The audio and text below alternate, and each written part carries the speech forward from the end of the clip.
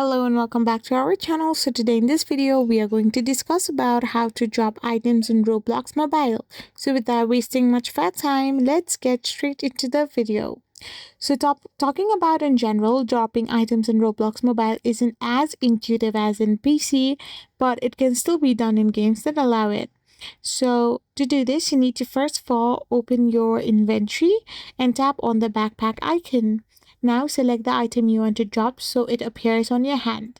After this, if needed, you can enable the keyboard, like some games support on-screen keyboards or required to connect to a Bluetooth keyboard, or if not, you can simply go to the next step, that is using in-game drop feature.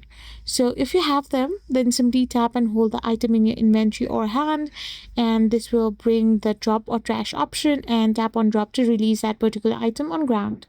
So this way you can simply drop items in Roblox Mobile. I hope you found this video helpful, so don't forget to hit that subscribe button and do give us a thumbs up. Thank you for watching.